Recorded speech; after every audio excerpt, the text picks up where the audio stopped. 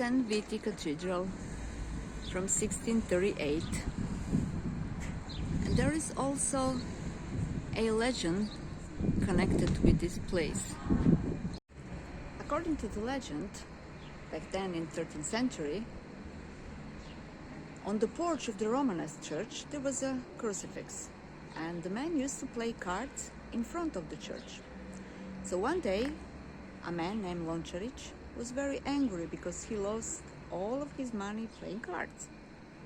So he picked up the stone and threw at this crucifix, and suddenly the earth beneath him opened and swallowed him. And this crucifix with that stone is still inside of the cathedral.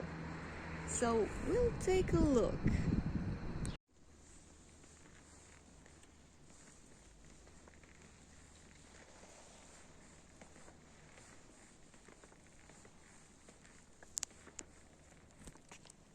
So we are inside of the cathedral, St. Viti, and there it is, crucifix with a stone. And something very interesting is this cannonball on the wall of the cathedral with the year 1813. So what's this cannonball doing on the wall?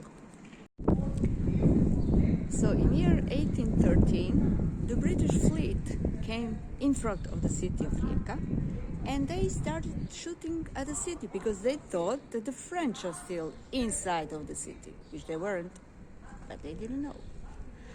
And so that's the reason how this cannonball ended up here on the wall. But there is also a legend connected with this event. Apparently, when the British started shooting, a beautiful girl, Carolina, the daughter of sea captain, went into the harbor and asked a permission to aboard admiral's ship. No one knows what she told him, but the British left. So we have our hero. Her name is Carolina, the girl who saved the city. And this is San Jeronimo's church, built in 14th century, originally with a monastery. And today this whole square is called Municipium. And this column was a gift from Habsburg monarch Maximilian I for loyalty that citizens of Rijeka showed in a war with Venice.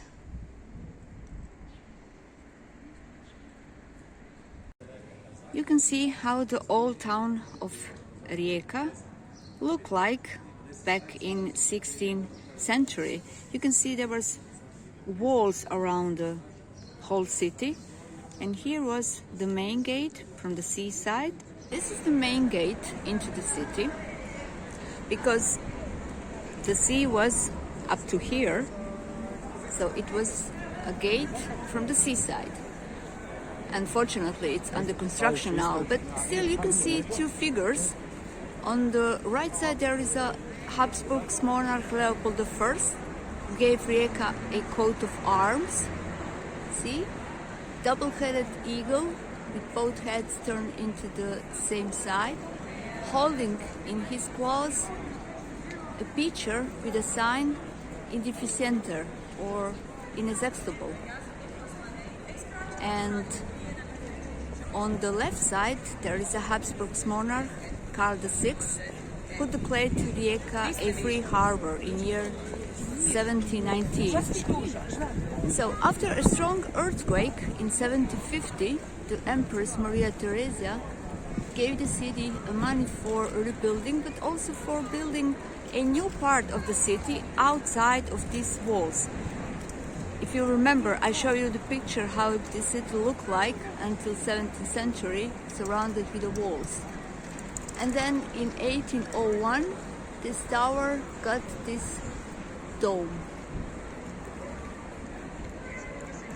So these are also remains of old walls that surrounded the whole city. Hello from marketplace here in Rijeka. It's mostly a green market, but you can also buy here fish and meat and eggs and even clothes and shoes. And the people who sell their products here, they have their own gardens, so vegetable is fresh. And it depends on the season. Now is early spring, so let's take a look what we have here today. So we have here spinach and chard and beautiful cabbage, salad, and of course broccoli.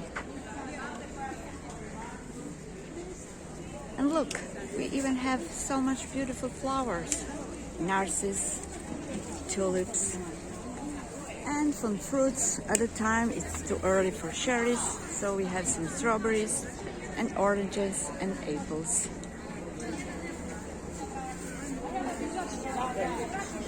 As I said, you can also buy here some fish.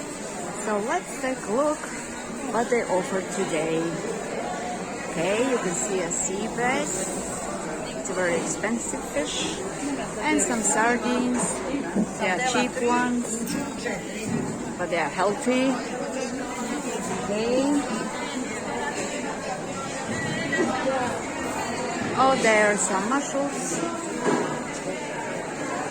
and some squid, shrimps, tunas.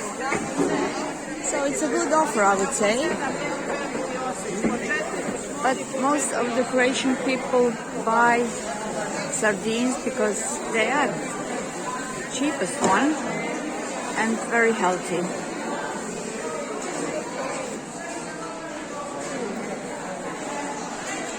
And we have also here a Turkish house built by Nicholas Nikolaidis.